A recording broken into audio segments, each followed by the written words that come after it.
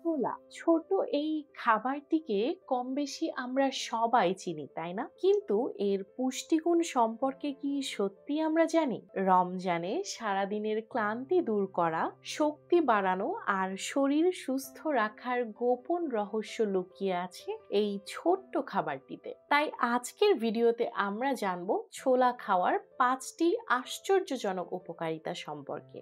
অনেক সময় দেখা যায় রোজায় দীর্ঘ সময় না খেয়ে থাকার কারণে শরীরের এনার্জি লেভেল কমে যায়, কিন্তু ছোলায় থাকা প্রোটিন, কমপ্লেক্স কার্বোহাইড্রেট ও স্বাস্থ্যকর ফ্যাট শরীরের শক্তি যোগায় এবং দীর্ঘক্ষণ কর্মক্ষম রাখে। তাছাড়া ছোলার প্রোটিন মাংসপেশিকে শক্তিশালী করে, কার্বোহাইড্রেট দীর্ঘস্থায়ী এনার্জি সরবরাহ করে এবং স্বাস্থ্যকর ফ্যাট শরীরের শক্তি ধরে রাখতে সাহায্য করে। সাধারণত ইফতারে অনেকেই বেশি মিষ্টি ও ভাজা পোড়া খেয়ে ফেলেন, যা ব্লাড সুগার হঠাৎ করেই বাড়িয়ে দিতে পারে। কিন্তু ছোলায় লো গ্লাইসেমিক ইন্ডেক্স থাকায় এটি ধীরে ধীরে গ্লুকোজ মুক্ত করে, ফলে রক্তে শর্করার মাত্রা স্থিতিশীল থাকে। তাছাড়া ডায়াবেটিস রোগীদের জন্য ছোলা অত্যন্ত উপকারী। এটি ইনসুলিনের কার্যকারিতা বাড়িয়ে দেয় এবং রক্তে সুগারের ওঠানামা কমায়। সারাদিন রোজা রেখে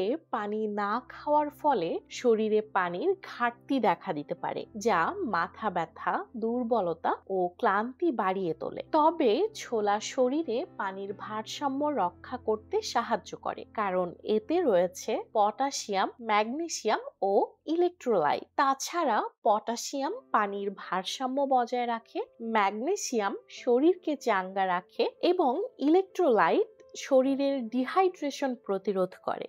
রমজানে আমাদের খাবারের তালিকায় ভাজা পোড়া, তেলে ভাজা ও মশলাযুক্ত খাবার বেশি থাকে, যা হার্টের জন্য ক্ষতিকর হতে পারে। কিন্তু ছোলায় থাকা ওমেগা 3 ফ্যাটি অ্যাসিড ও সলিউবল ফাইবার হার্টের জন্য দারুণ উপকারী। এছাড়া ওমেগা 3 হৃদযন্ত্রকে সুস্থ রাখে, ফাইবার খারাপ কোলেস্টেরল কমায় এবং রক্তচাপ নিয়ন্ত্রণে সাহায্য করে। রমজানে খাবারের রুটিন বদলে যাওয়ার কারণে অনেকেই গ্যাস্ট্রিক, অ্যাসিডিটি ও কোষ্ঠকাঠিন্য সমস্যায় ভোগেন। কিন্তু ছোলায় প্রচুর পরিমাণে প্রোবায়োটিক ফাইবার ও অ্যান্টিঅক্সিডেন্ট থাকে, যা হজম শক্তি বাড়ায় এবং অন্ত্রকে সুস্থ রাখে। তাছাড়া ফাইবার হজম প্রক্রিয়াকে সহজ করে, প্রোবায়োটিক উপাদান পেটের ভালো ব্যাকটেরিয়াকে বাড়ায় এবং অ্যান্টিঅক্সিডেন্ট অন্ত্রের স্বাস্থ্য ভালো রাখে। তাই ইফতারে ছোলা খেলে পেট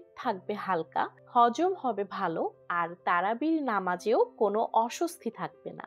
এতগুলো উপকারিতা থাকার পরও ইফতারে ছোলা বাদ দেয়া কি আদৌ সম্ভব? তাই এবার রমজানে ইফতারের প্লেটে ছোলাকে অবশ্যই জায়গা দিন আর সুস্থ, সক্রিয় ও এনার্জেটিক থাকুন পুরো রমজান জুড়ে। আর এমনই সব মজার মজার তথ্য জানতে আমাদের স্বরঋতু হর্টিকালচার চ্যানেলটি সাবস্ক্রাইব করুন, লাইক দিন আর বন্ধুদের সাথেও শেয়ার করুন। আবারও নতুন কোনো এক ভিডিও নিয়ে ফিরে আসবো। ততক্ষণ পর্যন্ত সুস্থ থাকুন, সবুজ থাকুন।